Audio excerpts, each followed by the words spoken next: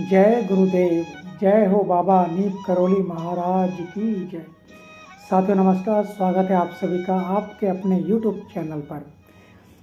मित्रों, आज हम बात करेंगे बाबा नीम करौली महाराज जी के जीवन और महाप्रयाण के बारे में, जिसका कि पहला भाग हम आपके समक्ष रख चुके हैं।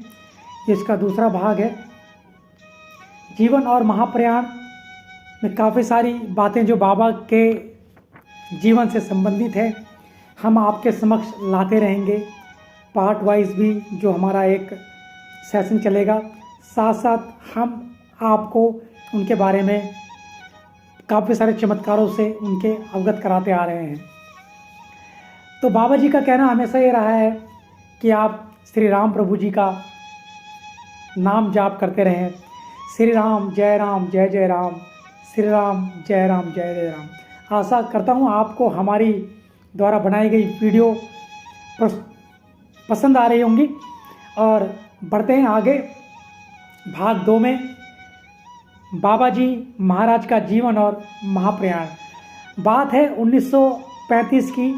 एक बार एक सेठ बाबा जी के पास आता है और बाबा जी को बहुत सारा धन अर्पित करने का प्रयास करता है, लेकिन बाबा जी क्या करते हैं, क्या उसे ले लेते हैं? नहीं, बाबा जी उसको लेते नहीं हैं। उसकी भेंट को बाबा जी अस्वीकार कर देते हैं। पर कुछ समय बाद होता क्या है, कुछ समय बाद क्या, उसके कुछ समय बाद ही, जिस दिन वो सेठ आता है उसके कुछ समय बाद ही क्या होता है कि जो वहाँ पर कुछ लालची किस्म के ब्राह्मण होते हैं उनको ये बात बुरी लगती है। क्या बात कि उन्होंने बाबा जी ने इतना धन हमारे पास में आ रहा था वो वापस क्यों कर दिया, बाबा जी ने लिया क्यों नहीं। उन्होंने बाबा जी से कहा, पहले सोचा फिर बाबा जी से कहा, बाबा जी आप ले लेते तो शायद हम लोगों का कल्याण हो जाता। इस घटना के बाद कुछ ऐसा होता है कि एक सेठ, जो सेठ पहले आया था, कुछ और सेठ आते हैं, एक और सेठ आया और वो लगभग अपने साथ में 30 कनस्तर देसी घी कर लेके आया। और ब्राह्मणों ने क्या किया, आप सोचें, ब्राह्मणों ने ले लिए या क्या किया? नहीं, ब्राह्मणों ने उन्हें वापस करा दिया, लौटा दिया। और साथ साथ लौटाने के साथ साथ उन्होंने बाबा जी के बारे में बाबा जी की निंदा भी उस सेठ से की। तो ऐसा होता है अक्सर, कई बार हो सकता है किसी की लाइफ में भी। तो बाबा जी की निंदा करने के बाद में बाबा जी जब वहाँ पहुँचे, गंगा स्नान के बाद अपनी गुफा के अंदर लौटे और ब्राह्मणों को उन्होंने खूब फटकारा और जो वार्षिक यज्ञ होना था उसका विचार उन्होंने फिर त्याग दिया। इस घटना के कुछ दिनों के बाद क्या होता है मित्रों, बाबा जी ने नीम करौली गांव था वो छोड़ दिया।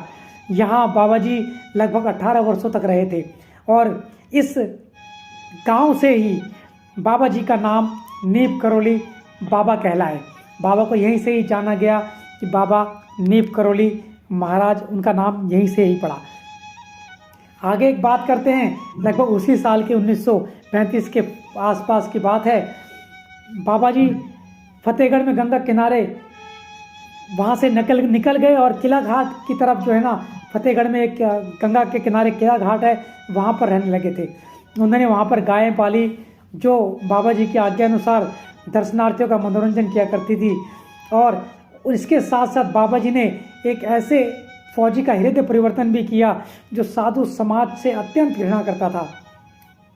उस फौजी का नाम, जो कि कर्नल था, उसका नाम मकन्ना था। इसके बाद कुछ समय किला घाट में बिताने के बाद बाबा जी एक जगह ज़्यादा समय तक नहीं रहे। वह प्राय एक स्थान से दूसरे स्थान पर जाते रहते थे।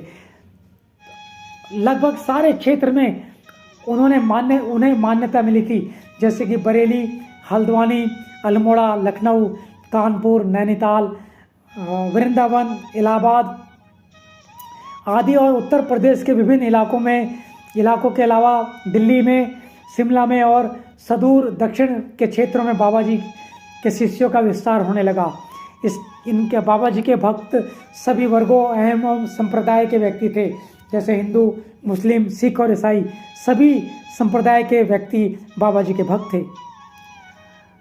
फिर क्या होता है कि इतना बाबा जी ने अपना विस्तार किया और लगभग चौथे दशक के बाद बाबा जी ने अपने जो नैनीताल, जहाँ पे आज कैची धाम के नाम से हम जानते हैं, उसको अपना स्थायी प्रवास के रूप में बना लिया था।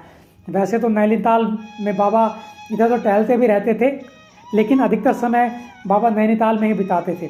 और वहाँ से, नैनीताल से लगभग 2 किलोमीटर दूर मनोरा नामक एक पर्वत है, जो कि बिल्कुल निर्जन पर्वत है। वहाँ पर बाबा उसकी मोटर सड़क की दीवारों पर कभी कभी रात बिताते थे। बाद में इसी स्थान पर बाबा ने हनुमानगढ़ की स्थापना भी की। इसके बाद तो कई स्थानों पर हनुमान मंदिरों की स्थापना की गई। बाबा के द्वारा उत्तराखंड में काफ़ी जगहों पर हनुमान मंदिर बनाए गए, जैसे कि मैं आपको कुछ नाम बता देता हूँ। और इसके अलावा उत्तराखंड में तो बनाए ही गए, उत्तराखंड के साथ साथ भारतवर्ष में काफ़ी जगह हनुमान जी के मंदिर बनाए गए थे। भूमियाधार, जो कि उत्तराखंड में है, कैची धाम, काकड़ी घाट, और यहाँ तक कि कानपुर और शिमला, लखनऊ जैसी जगह, वृंदावन और दिल्ली में भी बाबा जी ने हनुमान मंदिर का स्थापना की है।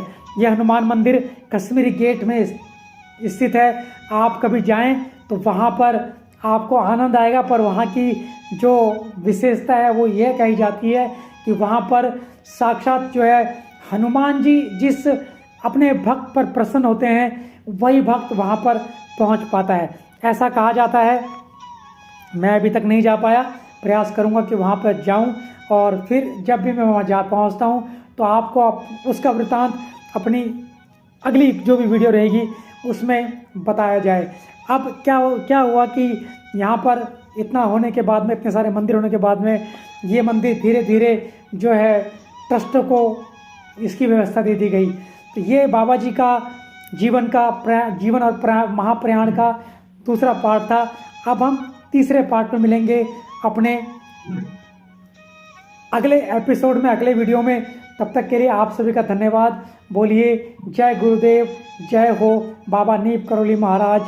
तो आशा करते हैं आप सभी को आज का ये क्रमांक पसंद आया होगा, आज का ये प्रसंग पसंद आया होगा। लाइक, कमेंट, शेयर आपने कर ही दिया होगा, उसके लिए आपका बहुत बहुत फिर दोबारा से धन्यवाद। धन्यवाद, धन्यवाद, धन्यवाद।